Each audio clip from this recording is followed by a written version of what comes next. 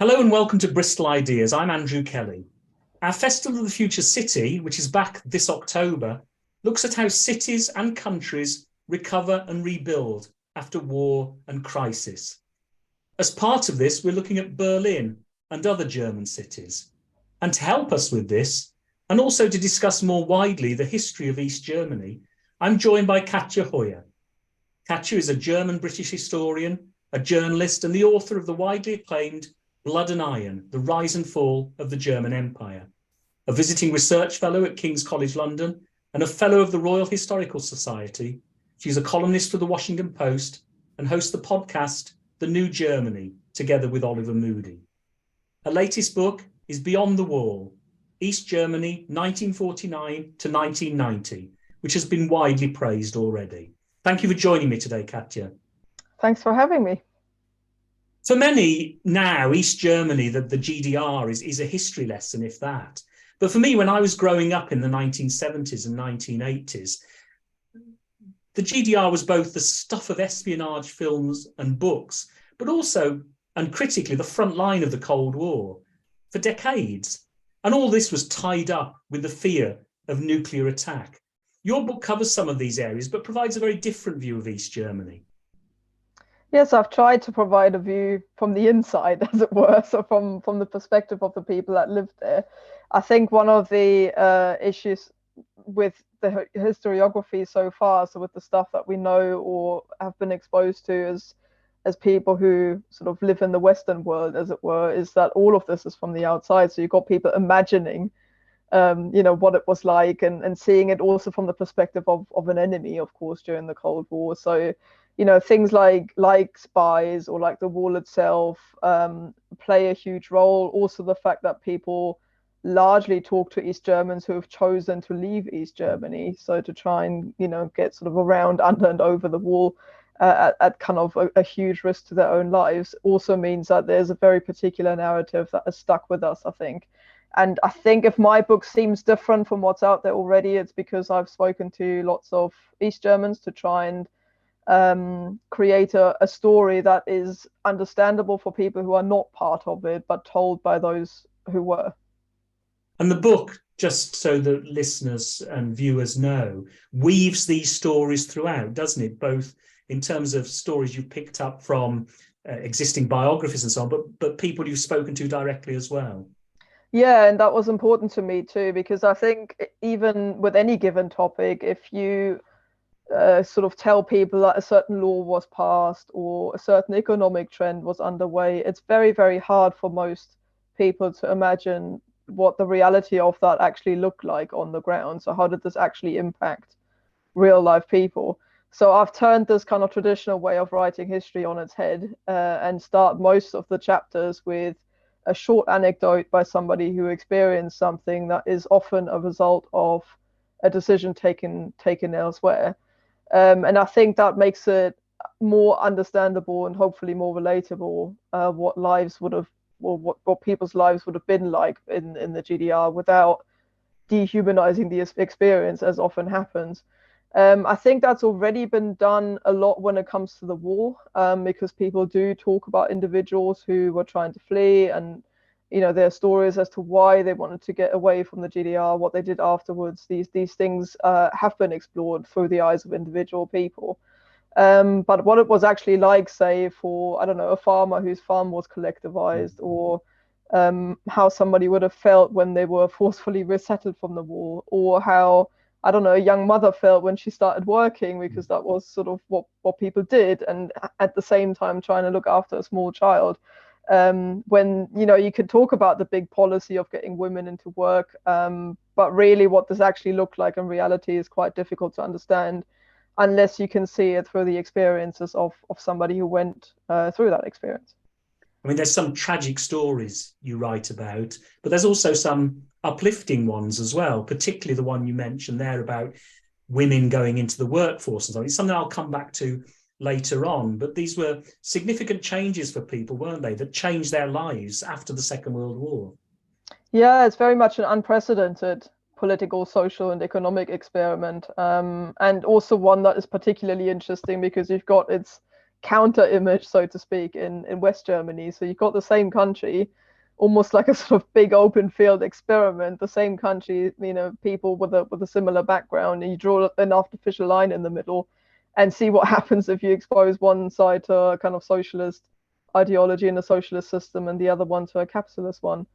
And that in particular interested me because quite often the GDR, the eastern side, is treated as the anomaly. Kind of, we look at this now in hindsight and it's failed, it collapsed in the end. And therefore, it almost became the case in 1990. People didn't think it was worth looking at because it had lost that kind of competition between the systems and between the two states. And so, I find it from that angle alone as a historian, it's absolutely fascinating. It's 41 years of different politics, different economic system, a different way of living, of structuring a society. And that alone, I think, is worth taking seriously and studying seriously. We'll come back to that, but I want to take you back to 1914, because although the main focus of the book is the post-war period, particularly 1949 to 1990, you do situate the German experience within that whole lengthy, awful 20th century that it's gone through. So tell us about that period, about the kind of that violent half century before 1945. And what that meant. Sorry. Yes, that was really important, I think, or it is important to take the time to do that. On the whole, I think people treat the GDR as a sort of thing that almost came out of nowhere. It was just there because for most people who are alive today and remember it, it was already there before they were born. So it's kind of like a thing that just existed. It was just kind of a given. But actually it is a direct result of the Second World War. So when you think, that line drawn in Germany that separated the country isn't one that grew out of historical roots or kind of evolved over time. It's completely artificial. It's simply based on troop movements and how Germany was occupied and where the occupation lines were drawn after the Second World War. So that's one side I wanted to highlight, but also the experiences of those German communists who are tasked with building up the state. I think they are incredibly important. They kind of form and shape the state all throughout its history, even all the way up to 1989. You still have people like Erich Honecker, the leader, the general secretary at the time, who himself sat in a Nazi prison for most of the time that Hitler was in power. Or you got people like Erich Mielke, who honed their skills in Soviet Russia and were trained as kind of Soviet-style checkers. The Cheka was the secret police of the Soviet Republic to start with. And he was trained in the same style, same methodology, and then was deployed in the Spanish Civil War and then later in France during the war. And all of these experiences stay with people, and that's why I think the violence, the sort of extreme political climate, particularly during the Weimar Republic, but also during the First World War that they were exposed to, shaped them. Particularly also the experiences that a lot of them made in Russia itself. So you've got people like Walter Ulbricht, the sort of first major leader of the GDR, who spends the entire Second World War in Russia, and most Germans that did that were killed. So you end up basically with these Stalinist purges that happen in the 1930s, particularly targeting foreigners, but also particularly Germans, because Stalin becomes absolutely paranoid about the idea of kind of like a fifth column for Hitler in the Soviet Union. These Germans had quite often fled persecution because they were socialists or social democrats or communists who were now targeted by Hitler, ended up in the Soviet Union trying to become part of this real communist experiment that they were all very excited about. And then Stalin basically turns against them because he's afraid that really secretly they're all spies for Hitler.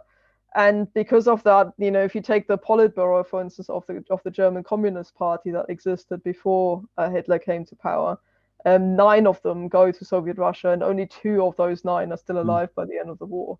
And it's those people, those 2, for instance, are Walter Ulbricht and Wilhelm Pieck, so the first 2 leaders of the GDR, get sent back with all of that baggage on their minds. They never really stop being suspicious. They never stop looking over their shoulder. They never stop kind of being really kind of deeply suspicious of their own people as well, because they'd led a completely different life during the 12 years of Nazism. They weren't part of that, and come back to a highly Nazified, very suspicious public. So that doesn't bode well to start with. And I think it's really important to understand all of that kind of baggage of the first half of the 20th century if you want to understand the second half. Yeah. I mean, I think that's a critical part of the book, and it certainly comes through very strongly. I mean, I always think it's quite remarkable when you think if you were German in 1914, you were 18 years old. Within 30 years, you'd gone through the First World War, the Weimar Republic, the rise of Nazism, the Second World War, the Holocaust, and then the beginnings of the Cold War, all within just over 30 years. And that's if you survived those years as well. And the particular stories that you tell about those Germans who escaped the country, the socialists and the communists, who went to what they thought was the promised land. And this story is replicated by other communists who went to the Soviet Union, how disillusioning they often found it. But you're talking about large numbers of people, aren't you? I mean, these thousands of people, Germans went to the Soviet Union out of Nazism. Yeah, we're talking about 8,000 adults who left and tried to work there. It's a really varied field as well. So you've got kind of political figures like Walter Ulbricht. He was really involved in the Communist Party beforehand. But people forget it's also, for instance, the Bauhaus enclave. So these people who were involved in the Bauhaus movement and artist movement effectively, and architects. Who had previously already struggled with their left-leaning kind of ideology in Weimar Germany. And many of them actually left even before Hitler came into power, with the idea that, now Stalin is in power, when he emerged out of the power struggle towards the end of the 1920s and said, let's modernize, let's industrialize, no matter what the cost might be. That, of course, most people will associate that with agricultural and industrial policies. But there was also a huge building boom, and this was something that these architects got very excited about, kind of creating new living settlements for the workers. There were entire new cities like Magnitogorsk, for instance, being literally raised from the grounds, and they thought they could help with that. Equally, you had, medical professionals, all kinds of different areas who thought that they could help build this kind of brave new world that they were entering, and as you say, became disillusioned very quickly, not just with the violence, but also with, the lack of building materials, the cultural differences. They also hadn't realized, I don't think, beforehand, just how bad the living standards were in Russia, how far behind Western Europe it still was in terms of its economy and its kind of state of development, and all of that clashes. And then, of course, the paranoia by Stalin kicks in, and it becomes a sort of, survival, or kind of matter of survival, whether you'd actually still be there at the end of the war or not. And then there was the immense confusion and the rather disturbing Nazi-Soviet pact, wasn't there? Those who had survived the purges up to then suddenly saw the place they'd escaped from now negotiating and having an agreement with the place they'd gone to. Yeah, it's very interesting how they respond to that as well. So you've got people like Walter Ulbricht who just shrug their shoulders and go, okay, if that's the line now, fine, we'll go along with that. And they actually go to quite some length to make that work ideologically. So suddenly words like Hitler Germany and fascist and all that just get dropped from the rhetoric, and suddenly it's all about forming a sort of alliance, a peace alliance to keep the peace in Europe. And then all of that, of course, goes back again just shortly after, when the Soviet Union is being invaded by Hitler, and he breaks the pact. Others find this change very, very disillusioning. So there are many, many communists who look at that and think, okay, maybe this isn't what we wanted, particularly because they have such pacifist leanings as well. And Hitler's already talking about war, even if it's not against the Soviet Union. He's already talking about it, of course, building up a massive military in the open so people can see the writing on the wall. And many people become very disillusioned, especially those who had gone into Western exile in Paris and London, for example. And we're going to come on to 1945 now, but just before that, tell us about your history with Germany. You were born there, weren't you? Yeah, I was born in East Germany and a very small child when the wall fell. So I've vague memories of it. One's actually very clear, which is also in the book. But on the whole, I wrote this book as a historian, so this isn't a personal history of the GDR as such. But I think it really helped that background because I was able to, first of all, understand where people are coming from, because you grow up with the people who'd experienced the system. So your own like parents, grandparents, neighbors, the people around you, teachers, and so on, were all shaped, trained, and kind of had gone through their early life experiences in the system, and they're not going to suddenly become different people in 1990 and do things completely differently. And also, on the other hand, it allowed me to get hold of people with particular experiences very easily, which isn't normally the case. So I could just put the word out there to friends, family, and communities to say that I wanted to speak to, I don't know, a border guard, say, or somebody who was there during the Berlin blockade. And, I'd make kind of very specific requirements and say, can somebody find me someone who's experienced this particular thing? And I was therefore then able to find these people.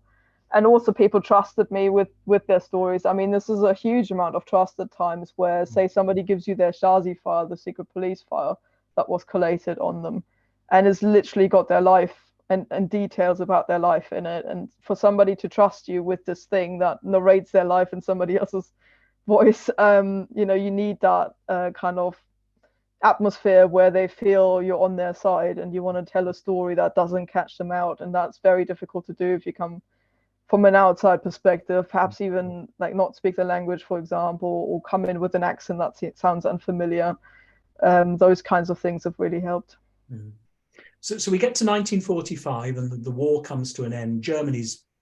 Much of Germany is destroyed, particularly the cities and so on. And coming out of the rubble is this new country. And a separate East Germany wasn't part of Stalin's plan, was it, in 1945? No, I mean, to start with, in fairness, it wasn't part of anybody's plan. So the idea was really to keep Germany as one country. Stalin had actually previously pushed to break it up, so had the French right at the beginning in the early negotiations, because they figured Germany has done this twice now. If we leave Germany in one piece, that's not going to be a good idea. But very quickly, it's decided that no, actually, we'll leave it together. We'll just rebuild it, denazify it, and democratize it. And then it can kind of start becoming a peaceful country again under very careful leadership.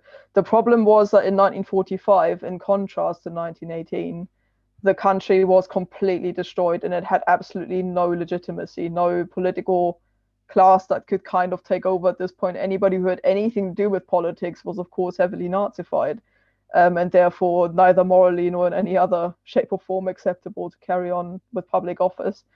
And you transfer that to the medical profession, who had been, heavily sort of incriminated themselves with Nazis, racist Nazi schemes that they had conducted themselves. And you can do that on almost any level. If you want to denazify, you can't run the country at the same time.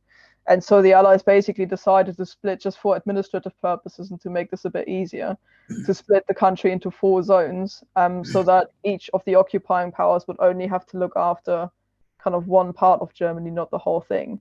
But they were still supposed to talk to each other and agree on kind of big policies. So currency being one example, there was obviously the Reichsmark completely collapsed and wasn't worth anything. You had huge amounts of inflation. You really couldn't buy anything with it.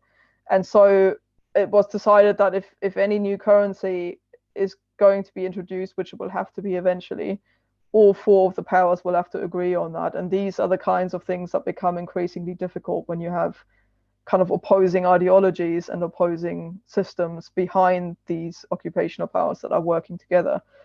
All sides initially, particularly Stalin, just wanted to keep Germany running, build it back up, with the idea that you could then withdraw reparations and resources from it. One of the things that I think is very difficult to understand sometimes is about how you deal with those people who were associated with the previous regime, who some had been involved in atrocities. You can have your war crimes tribunals and trials and so on. But in the end, some of these people just go back to work in the place. And one of the lessons I learned from looking at Germany, but also other places as well, is how some of those people go back into civil society and so on. There was a split, wasn't there, between how the GDR dealt with this and how the Federal Republic of Germany dealt with this in terms of denazification.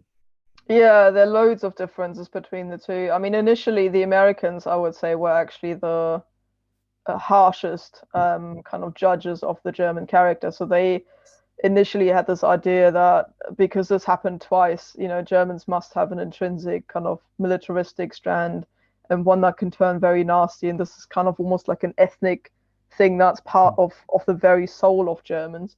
While Stalin initially comes in and famously says the Hitlers come and go, but the German people stay. So there's this idea that the German people had been either seduced or oppressed into following the Nazis, and then therefore denazification can happen on a large scale because the German people themselves could be reformed. They are reformable and can redeem themselves. And that's something that gives lots of East Germans, or the people that end up in Stalin's zone, initially hope, because this is printed in large letters on posters, but also in the early newspapers, this kind of Stalin quote that I just said. And it gives people this idea that here's somebody who's trying to help us build up. Of course, the reality on the ground looks completely different. But that's kind of the attitude. Stalin has this very strange love-hate relationship with Germany. He's got this deep, deep fear of it because of this existential war that he's just had to fight and just about won, and at great cost. But on the other side, he does have a huge admiration for German culture, music. He's looking at people like Beethoven and whatever, and has really got this kind of idea that the Germans are kind of the most cultured and kind of civilized people out there, and somebody to look up to. And he can't ever find any sort of middle ground between the two. He seems to kind of go back and forth, depending on what mood he's in on the day. But this helps them rebuild, because the idea is that if you take all of these people, civil servants, teachers, judges, policemen, take them out and replace them with people. It doesn't matter if they don't know what they're doing, just replace them. So you end up with very strange scenarios where people who had literally just come from, say, East Prussia, for example, in the Far East, where Germany had just lost all of that territory, they come with nothing and end up, I don't know, they were previously a farmer, say, or a farmhand, and suddenly they get told, here's an A-level class, teach them some physics. And they get a few weeks training. It was even worse with the legal profession. So you had like judges and people like that sitting there not having a clue what they're doing, just making decisions based on instinct. But that was supposed to be better than having the people back in. Whilst in West Germany, the decision was almost exactly the opposite. When they decided that it was impossible to denazify on that scale because the society had been so intrinsically tainted by Nazism that you just can't do that, they decided to leave these people in and then try and sort of reintegrate them into a new system, and hoping that would denazify them. So Adenauer quite openly passed a restitution law to say all the civil servants can come back in, that's all fine. And you ended up with a society where people kind of just picked up their jobs, and it was deemed to be safer to have them in the system and kind of democratize them that way, as opposed to punishing them and excluding them. So these approaches are almost polar opposites of each other.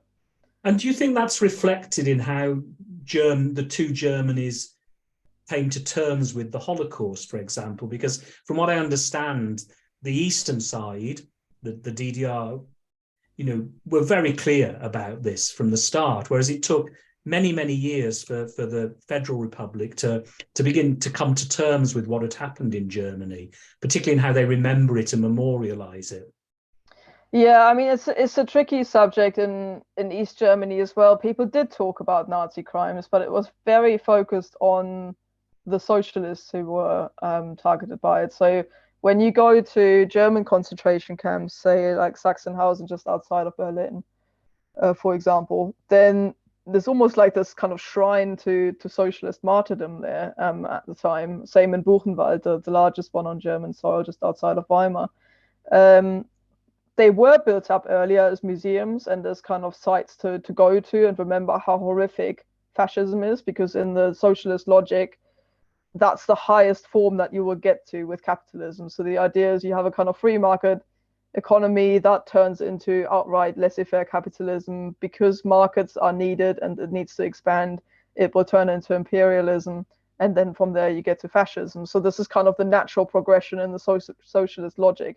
So to them, it made perfect sense to build up Buchenwald and Sachsenhausen as memorial sites so that people could go there and see the horrific crimes that were committed. But the focus was never on the genocide of Jews. It was never on the Holocaust. It was always on the socialists. And in the West, meanwhile, you get a complete kind of, let's just not talk about it for the first sort of 20 years or so. And then throughout the 1960s, it's beginning to really change, where, again, you get places like Dachau outside of Munich, for example, set up as memorial and museum sites. It's made compulsory in schools, the topics of the Second World War and the Holocaust specifically. And particularly then under Willy Brandt, of course, with his famous falling on his knees in front of the Warsaw Ghetto Memorial. That really was a turning point in that respect as well. But yeah, it's a very different way of dealing with that. West Germany later almost makes that its raison d'etre, I would say, to some extent, and it still is today. So reparations are paid to Israel specifically, and it becomes part of this kind of never again logic, or kind of this idea becomes part of the very essence of what the German state is today. That doesn't happen in the same way in the East, but for different reasons, because, as I say, the focus is very much on socialism and how socialism has always fought fascism. And if you don't want these horrible things to happen again, then we need to prevent kind of this kind of cycle going up from capitalism to fascism. That was the logic behind that. The only concentration camp I visited is Buchenwald, and that's certainly the impression I got from that. And these are subjects, how you deal with the horrific past some places have, is a lesson for us in Bristol that we're trying still to grapple with in terms of the trade in enslaved people, which I'll come back to the lessons of history at the end. Let's move on to post-war East Germany. And so East Germany was formed when? When did it become its own state? So this is, both Germanys are formed in 1949. I think you can see again how reluctant Stalin was to go down that route by the fact that it takes sort of half a year nearly between the formation of West Germany in the spring of 1949 as a state, which he was absolutely outraged about because he wasn't really privy to the discussions, even though, as I said earlier, they were supposed to work together as kind of an Allied Control Council, it was called. West Germany just gets founded in May 1949, and then you have East Germany founded in October 1949, the same year. Now, when again, another lesson I've learned from reading about the two Germanys, but particularly from your book, and I've heard this said about other conflicts as well, is how important for people in East Germany and other places which have suffered like this is this need for stability. And often that overcomes the kind of things that we cherish in democracy terms, in a way, and in terms of pluralist politics and so on. So how important was this need for stability amongst East Germans in particular? Hugely. I mean, in West Germany, you also have the so-called without me generation, ohne mich generation. People became quite passive. Adenauer, the first West German chancellor, achieved a dream election results that were never achieved again. At one point in a system of proportional representation, he actually managed to get an outright majority, which it's never happened again. I don't think it will again, because people just looked at it and went, it works. We don't really care that he's got quite an authoritarian leadership style. I mean, there were all of these caricatures in the left-wing press in West Germany of him sort of standing on a plinth where it still said Adolf Hitler underneath, and the statue had been removed. And then you've got Adenauer standing on top. So there is that mockery of his very authoritarian style. He has parties banned. So you have like the Communist Party gets banned, for example, in West Germany, even though it's quite small and not really a threat. Socialist youth organizations get banned. For instance, the Free German Youth, which becomes the major youth movement in East Germany, also has a branch in West Germany that gets banned. It's still illegal, by the way, today, which is interesting. Not the East German version, but the West German version with all of its insignia. So all of that happens. The police get sent out on demonstrations. People actually get shot. it's something that's often now forgotten, is that these kind of early years of the West German democracy are also not particularly democratic.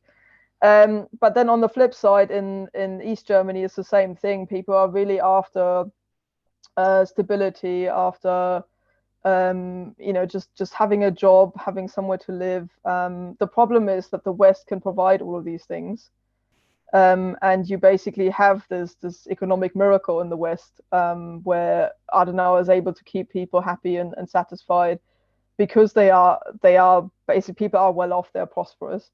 And then on the flip side, you've got East Germany, which is really, really struggling to get going, and it can't provide these things. So people are angry because, not necessarily, I would say, because they haven't got immediate democracy. It's the fact that the shelves are empty, they're working too much, nothing seems to be going forward, and the regime is completely obstinate, and there's no way of actually talking to them or making things change, holding them to account. And it's a combination of those things that makes people unhappy. I do apologize if I disappeared for a moment there. There's something wrong with my laptop. I do apologize. So what you had is the creation of the state of East Germany. You had the people in charge were the ones who had survived Stalinism effectively in Russia, where they obviously had to be subservient somewhat to Stalinism. But you also had this remarkable growth of what we now would call, social mobility. You had people, particularly women, going into the workforce, a staggeringly large amount of women going into the workforce in East Germany, the growth of childcare, the growth of mass education. And that's before we come on to the consumer goods growth and so on. What was this shift like at this time? And we have to remember this took place over a number of decades, didn't it? Yeah, it did. It was a real struggle to start with, to get anything going.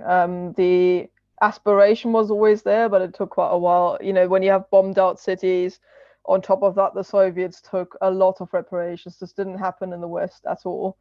And you ended up basically with the Western economy allowed to recover whilst the East was struggling. So providing even these kinds of basics, like new flats for people to live in, childcare facilities, those kinds of things, they did happen, but it did take a while for people to be able to make use of these facilities. But when it did, people were genuinely very grateful for those, and also they felt that they'd worked for them themselves. So this is something that they felt they'd achieved, because of the way that the GDR was so isolated. It was kind of cut off from the West completely, through something called the Hallstein Doctrine, which is like a West German policy decision to say that anybody who trades with the GDR or has any kind of diplomatic relations with it will not enjoy the same thing with West Germany. Nobody's going to snub the kind of powerful West German export economy. So it was effectively a trade embargo and a diplomatic embargo. So therefore, all of these achievements that happened, people felt they'd achieved that with their own hands. It was their achievement, and therefore not something that they were given or handed out. And the model that Walter Ulbricht in particular in the first 20 years is trying to set up is one of, I would say, like sort of modest prosperity, maybe is maybe a phrase that might work here. So the idea that you have all of these things, like you have somewhere to live, you can heat your home, getting food isn't a problem, you've got childcare, you can go to university if you want to, because that's funded, same with apprenticeships and things. All of that's there, but in exchange, you haven't got a consumer society where luxury goods are available. So it's a typical kind of socialist model in the sense that you have no absolute poverty at the bottom. You don't have things like homelessness or unemployment, or you can't kind of fall off the grid, as it were, because it's impossible. But at the upper end, you also then don't have sort of luxury and anybody above the spectrum. And that's also causing a lot of people who are middle class upwards basically to say, I don't want to live in this society because you can't better yourself. But equally, the people who were working class and felt that for the first time somebody was taking them seriously and helping them out of this kind of abject poverty that they'd been living in for most of the period beforehand, living on kind of really precarious, job scenarios and in these horrible tenement flats that existed in all of the big cities. People find these prefab blocks that were put up hideous, but they were warm, they were centrally heated.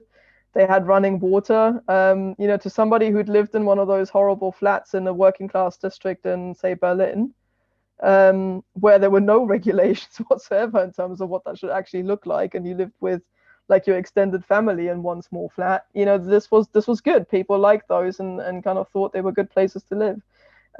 So it depends who you ask, kind of how this unfolds. But on a kind of for the lower social classes, anybody kind of below the average, so to speak, it was a system that worked in many ways. One of the most interesting museums I've ever been to is the DDR Museum in Berlin, because not only do you see, some of the, you see the Trabant, for example, the car, but you also, there's a mock-up of an apartment there. And, not only was it was surprisingly spacious, for one thing, and it was exactly as you described. You give a staggering figure in the book about the percentage of income that a 4-person household in West Germany spent, their net income on rental costs, which was around 21%, compared to what an East German family spent, which was 4.4%. When you think about the amount of money that particularly younger people have to devote in this country to rental costs, having that more disposable income, even in a place like East Germany, I think would have been incredibly valuable.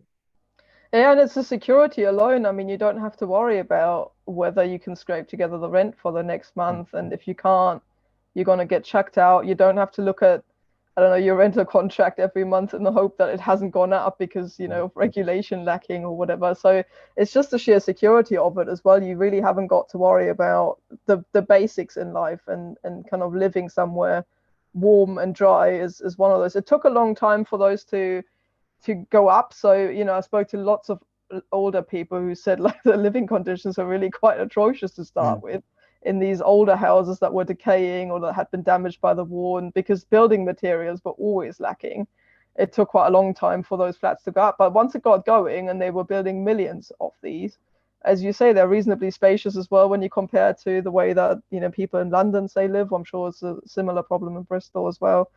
And you had sort of 2-3 bedrooms and the space that you needed. Of course, initially it was again done by priority. So if you had children or you were married, it was much easier to get a flat because it took a while for there to be enough for everybody to move into. So my grandparents, for instance, only moved into one in, I think it was 1986 or 7, when they just put a new block of flats up in their village. And before that, they lived in an old farmhouse, which was really, as I recall, even from my really early memories, kind of very dilapidated. But people, once they moved in, they were quite happy with that. And it's also easy to forget that these aren't like council flats in the sense that they only cater to communities that need them, but everybody lived in them. So you'd have like an architect living there, and next door there'd be the factory worker, say. So these weren't like socially sort of segregated spaces in that sense. They had lots of community space built into them. So you had like in between, you had sort of green spaces with washing lines that everybody was using, or there was always like a sort of party room that people could use for, sort of birthday celebrations and things, which just existed. The washing machines were all in one room downstairs. So you had a lot of kind of meeting spaces as well, where people were interacting with one another. And that also really appealed to lots of people. I mean, certainly the work we've done on the council estates in Bristol, and we did a big project a few years ago, that kind of vision for a place where mixed groups of people can live together with good communal facilities and public open air spaces, is an important model for housing, I think. And as the years went by, and as people became a bit more wealthy, and the economy improves, and you did get the growth of consumer society, didn't you? From the washing machines and the fridges, the cars, right through to the growth of the music industry and so on, and the growth of culture in East Germany. Yeah, the society, or the politicians rather, had the perpetual problem that they were looking at a comparable state on the other side of the wall. So this is something that people often forget, is that those two Germanys, they talk to each other. You've got people that your friends or family members, or just other communities in West Germany, who will tell you that they have a fridge, or that they have just bought a new Mercedes or whatever, and people, that creates expectations. People look at these things and they want them. On top of that, people could watch West German television or listen to West German radio. There was only one small two small areas in East Germany where you couldn't get them. They were known as the Valley of the Clueless, das Tal der Ahnungslosen, because people kind of joked that they were the only people who couldn't watch West German television. But if you imagine you're trying to look at the society through the lens of commercial television alone, you're looking at TV adverts and things, and you get a completely slanted idea as to what life's like. Like, everybody has everything that is advertised in these TV adverts and things. And so it created a situation where there was a lot of pressure on the government to try and do something about that. And the government tried to cater to it. So you got a degree of consumerism that was introduced into the GDR. My favorite example doing the research was probably jeans. Yes. People were absolutely obsessed with them because they were like the ultimate symbol of Western freedom and kind of cowboy daring and things like that. So people wanted original American jeans, ideally. Levi's was kind of the go-to brand, and quite often people would get the discarded jeans that their relatives would send them. I mean, they were expensive in the West as well. People forget that now, but it wasn't really the case that everybody just walked into a shop and bought a original pair of Levi's jeans. But when Western relatives had kind of worn theirs, or their children had, and they'd quite often send them over to their Eastern relatives, and they were absolutely delighted and treasured them for years. And the General Secretary, Erich Honecker, realizes the potential of that and actually goes to Levi's and orders 1 million. When you think about this, 16 million people in the GDR, 1 million jeans ordered for them in one go. It caused an absolute frenzy onto the shops when this happened, to the point where the next time they imported a batch, they said that they would give them out individually to companies or universities or individual branches of the government. Even the Stasi got its own contingent of Western American jeans.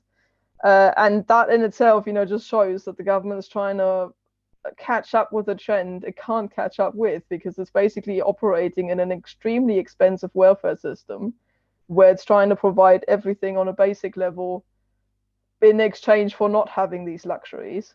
But now it's providing the luxuries at the same time, or it's trying to, creating an expectation that will always be the case, and they can somehow catch up with the highest echelons of kind of the Western economic system. It created an economic situation that was just completely unsustainable, and also expectations that weren't sustainable.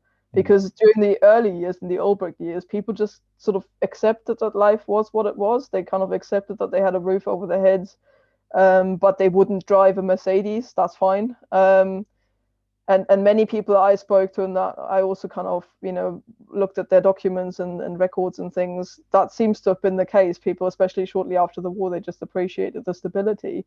But in the 70s and 80s, once you have this expectation of having a consumer culture at the same time, it became completely unsustainable. There are economic advisors who say to Honecker, well, look, even if we get one, like say Walkman into the shops, we won't have 10 or 12 or 15 models on there. We just can't do that. So whatever you do, you're going to lag behind. You're going to look like the junior partner in this. And that, I think, became part of the both economic but also perhaps psychological problem of the GDR. It's also worth pointing out, isn't it, how small in population terms the GDR compared to the Federal Republic. Yeah, people like to think of the two Germanys as kind of direct counterparts. But West Germany, I think, was on 60 million in the end, round about that sort of figure. Whilst you have 16 in the GDR. Even today, East Germans make up about a fifth of the population. So it is a much, much smaller country. Now, at the same time as you had this growth of social mobility and the slow but increasing consumerization of society, you had a lot of people leaving East Germany, often very valuable people who wanted to move to the West, wanted to be with their families and so on. So you had the wall go up, and you also had quite a repressive regime in East Germany, didn't you? At the time, you had the Stasi, which we know about particularly from films and so on in recent years, but well known throughout history. How did this work? How did you contrast these? Between the satisfaction that a lot of people had with East Germany, the stability it provided, but also the repressive nature and the overuse of surveillance.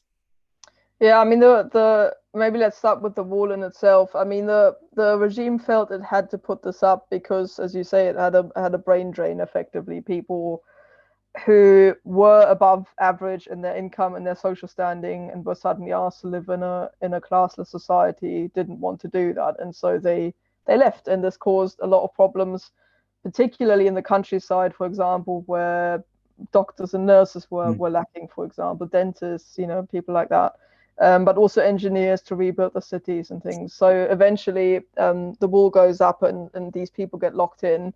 And by and large, and people forget that as well when we look at these spectacular stories about hot air balloon escapes and these things and tunnels, the vast majority of these people decide that if they can't leave legally anymore and they're having to literally risk their lives, they're not going to do that.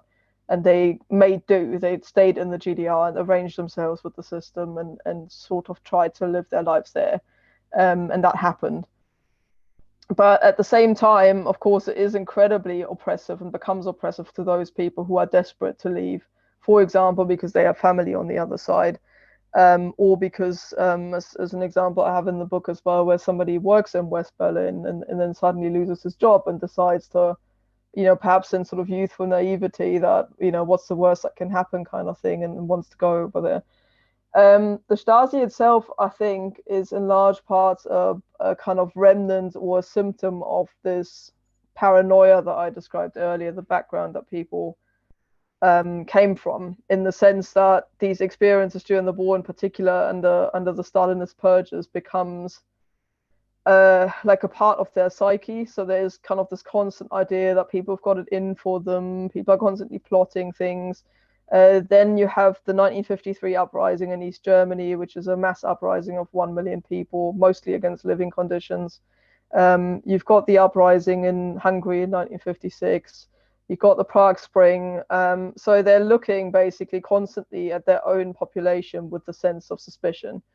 I found a really telling passage that I also quote in the book by Erich Mielke, who's the long-term leader of the Stasi, who's trying to identify types of enemies of the state, or types of people rather, and he comes up with 5 or 6 types of people who are different types of enemies, ranging from outright hostile, wants to bring down the state tomorrow, to may look okay at the moment, but if he's listening to any more Western music, is going to become an enemy sooner or later.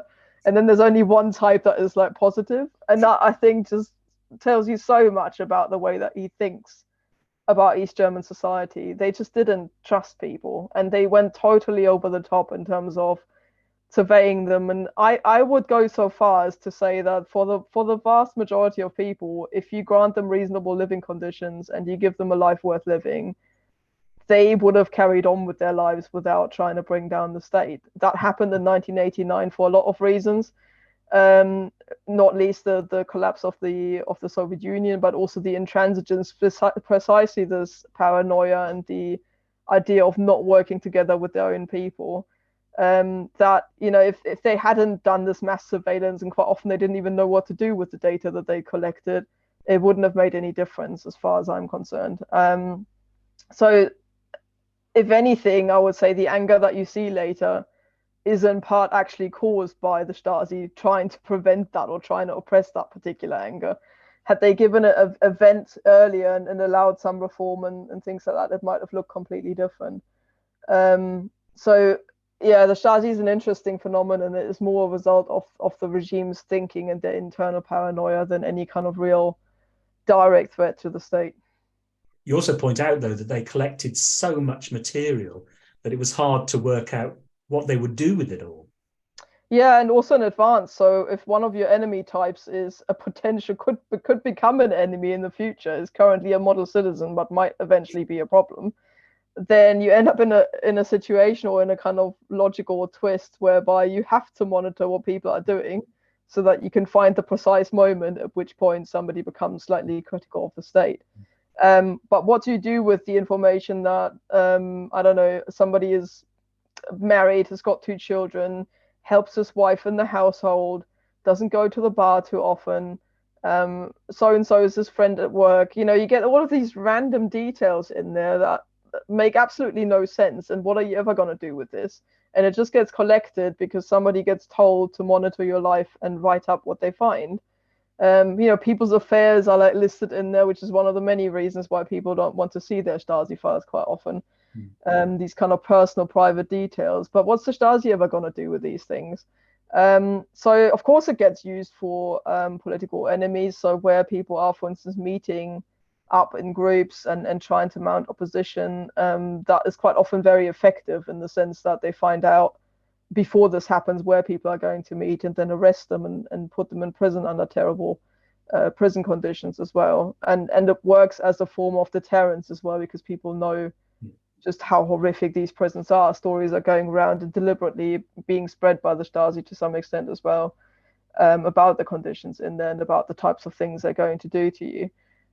So that works as the deterrence to some extent. But the vast majority of kind of ordinary citizens have got very little contact directly with the Stasi. They know that this is happening, and also to a surprising degree, they accept that this is happening.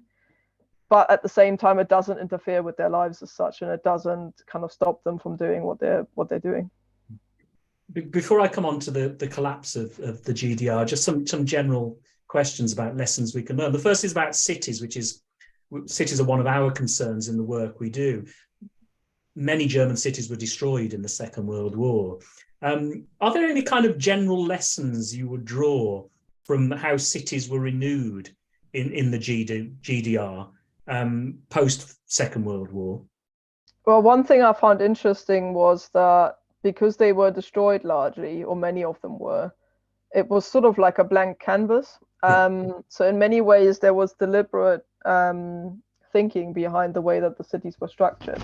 So one extreme example, perhaps, is Dresden, where the efforts were sort of split between rebuilding. So in fairness to the GDR, a lot of stuff was rebuilt. The opera is a classic example, the famous Semperoper in Dresden, which was actually to an astonishing degree rebuilt. More money was plowed into it afterwards, again in the 90s.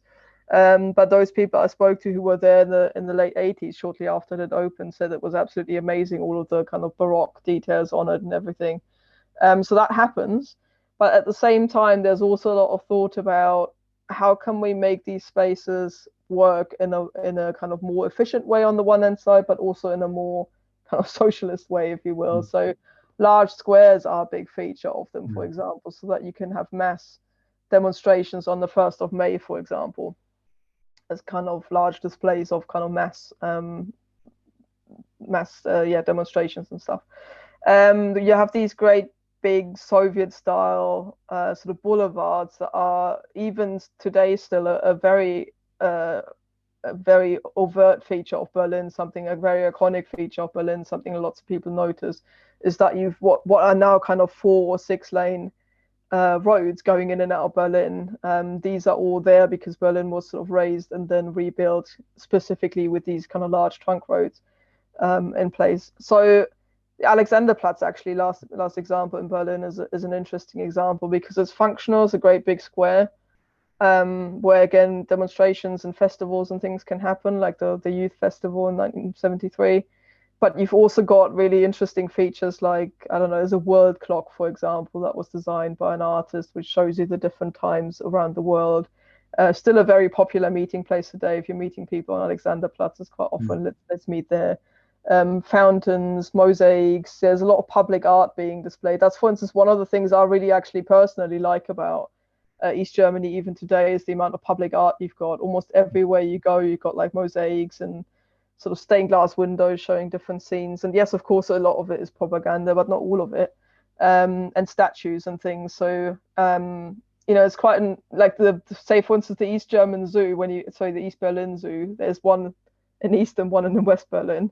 In the East Berlin one is, for instance, has got lots of little statuettes of the different animals in there and kind of different scientific explanations about how things work and the ecosystem and things like this. So I think there's something interesting about destroyed cities in that you've got a completely blank canvas. Nobody complains because stuff's already gone. And you can kind of have a think about how to rebuild these, depending on what kind of city and society you want to live in. The second one is about collective trauma and guilt and how you deal with that. And you've got a country here, both Germanys, dealing with scars of history going over many decades.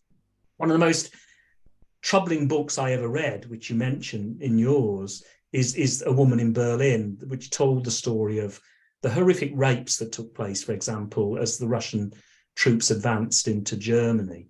Are there lessons there about how countries can deal with this, and what they might do for the people of those countries? There are probably lessons there as to how not to deal with it. Yeah. It wasn't done particularly well in the GDR either. So that's one example that you just gave there of the Soviet advance into Germany at the end of the war. And this, of course, hit East Germany in particular, because that's where the Soviets ended up. And there was no attempt whatsoever to rein the soldiers in with their understandable hatred and anger, given that Hitler's war in the East was also horrific and existential and based on kind of ethnic grounds of complete annihilation. So there's a degree there, of course, that's understandable, but that doesn't help somebody who's kind of a mother waiting for the Soviet advance at home. It's estimated that around 2 million women were raped, although, of course, we don't really know the figures because nobody reported them. And then when men came home from the front lines and from prisoner of war camps, often after years, this wasn't something that they wanted to hear to start with, which is also somewhat understandable given their own horrific experiences. And they'd often come home and find a new child there and wonder whether that's theirs or not. Or their wives had remarried, and founded new families because they didn't even know that they were still alive. So all of that happens, and it destroys entire family structures and communities. And that's not something that fits in nicely with the idea of liberation, which the government was trying to build up. So the idea that Germans had fallen to Nazism and they should be grateful that the Soviets had not only beaten Hitler, but then also gone out of their way to liberate Germany, or East Germany in particular. So, it's a suppression more than a dealing with this trauma, because people weren't allowed to talk about it.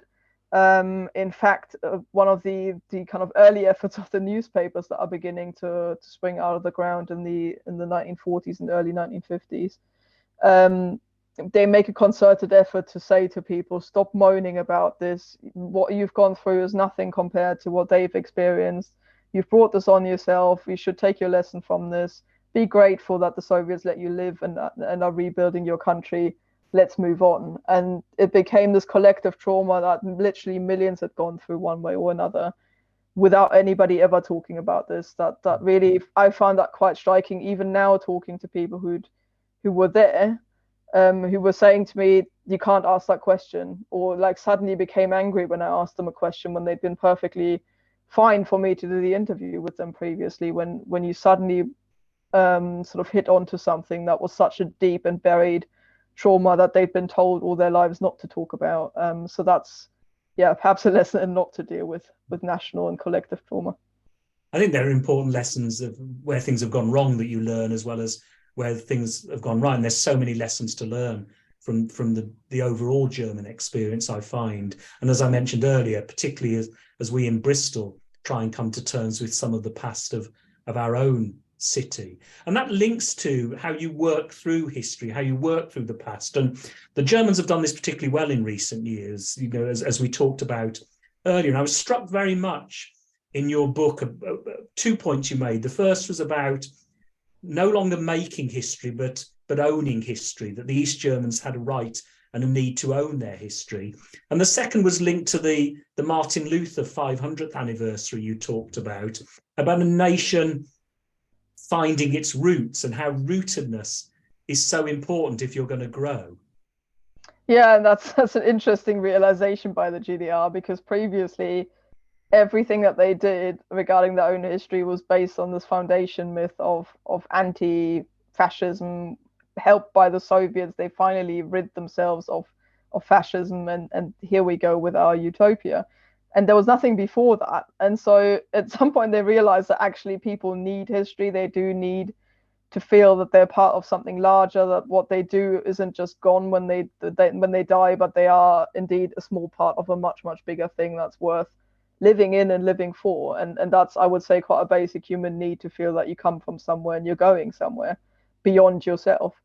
And the DDR realizes that, and eventually it needs to find ways of telling its own story without just tapping into all German things, because that doesn't really work. So you can't build up, say, I don't know, a Bavarian king as your own king, because he's no longer in your own country. Yeah. So they have to find East German figures, geographically East German figures, to try, and legacies to make that work. And they find two that are particularly useful. One is Prussia, because Berlin and Brandenburg in particular, the area around it, was sort of the Prussian heartlands, where the Hohenzollerns had their power base, and also in general, that's kind of where Prussia was based. So that was suddenly rediscovered when it was previously a militaristic and, you know, proto-fascist kind of system. And suddenly people looked at, I don't know, Frederick the Great and Immanuel Kant and all of this kind of liberal, educated, enlightened sort of side of Prussia as well.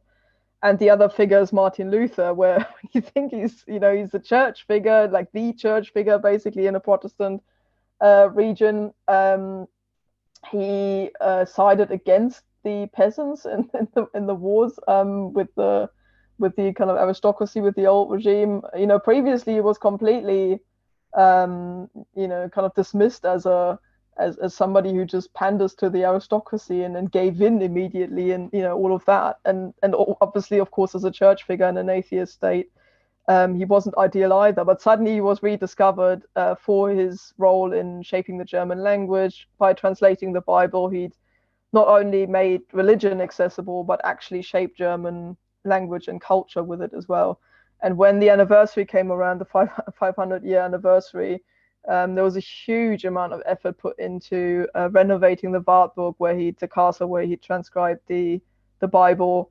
There was apparently a famous sort of scene where Luther is supposed to have smashed a glass of ink against the wall as he was writing.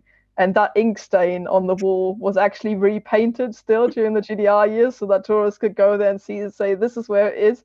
And I remember a few years ago, I went back and I was staring at the wall for half an hour before some kind member of the museum staff came along and said, we don't repaint that spot anymore. Because that was also part of the legacy that the GDR was trying to build, is make these things authentic and make people realize that actually there's 500 years of East German history there, if you want to look at it, but only selected strands of it. So it's a really peculiar little strain of the GDRs, that it felt a little bit insecure about only being a few decades old and was trying to look at these longer term things. Final areas is 1989, the fall of the wall, the end of East Germany.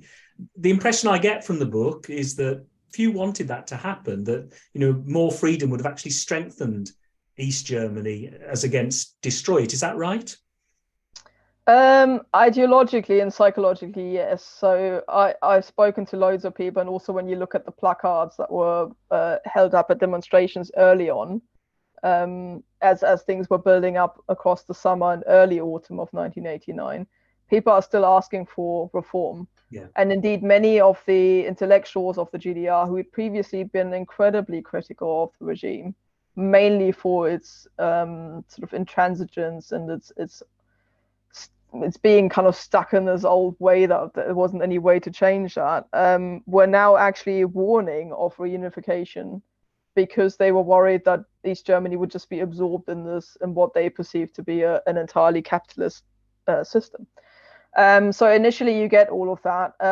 Whether that was ever realistic is a different thing, I think, because of the collapse of the Soviet Union and the way that other states who had a much bigger problem with their national sovereignty and with the idea of regaining that, thinking particularly of Poland and Hungary as the two most extreme examples, who were really, really hostile in many ways to the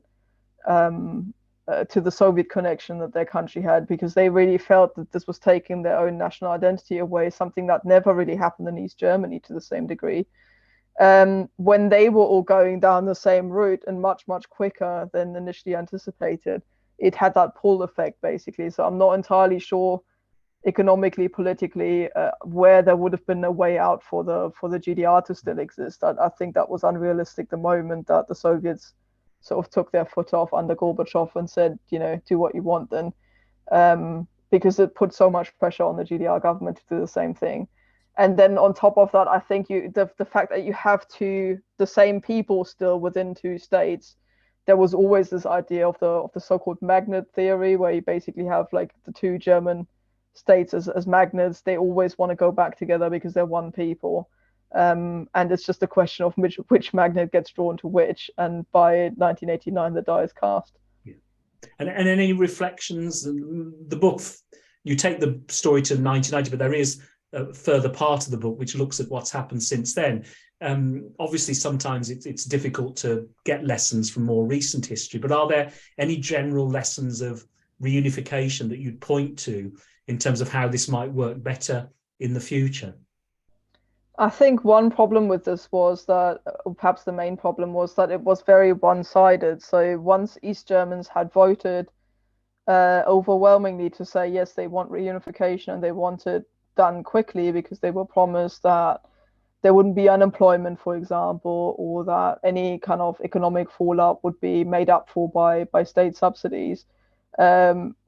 Kohl overpromised a lot there. He didn't kind of manage people's expectations particularly well, the West German Chancellor, who needed this as his own kind of to save his own political career as well. He and his party, the CDU, were in a lot of political trouble. So reunification was a great project for them to save themselves as well. So he wanted to get this done as quickly as possible, whilst other people in the Social Democratic Party, for example, argued for a more considered and more sort of two-sided process whereby East Germans would have had an input on this, which they didn't in this case.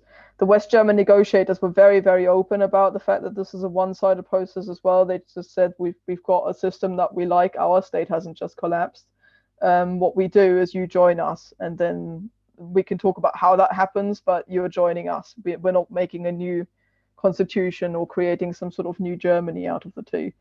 And I think whilst East Germans did vote for that, that's caused a lot of problems, resentment, not least on both sides. So West Germans grumble to this day that they're having to pay a so-called solidarity tax, which, by the way, East Germans pay as well, which they tend to forget. But if you are, a taxpayer, you pay the same tax, which was also used to fund the Gulf War, by the way, Germany's involvement in that. So it's a bit murky, but that's always blamed on East Germans per se.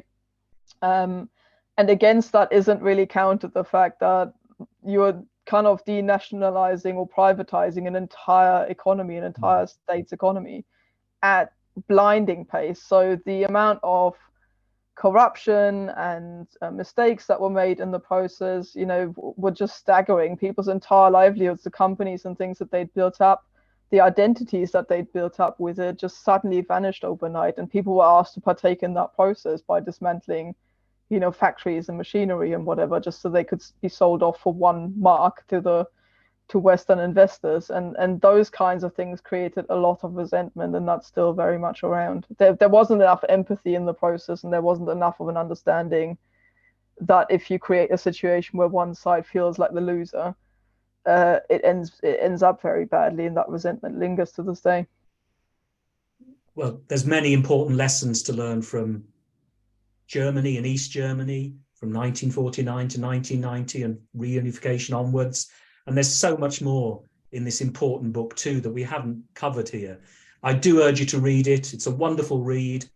Beyond the Wall, East Germany 1949 to 1990 is published by Alan Lane. I recommend it strongly. Thank you, Katja, for joining us today. Thank you very much.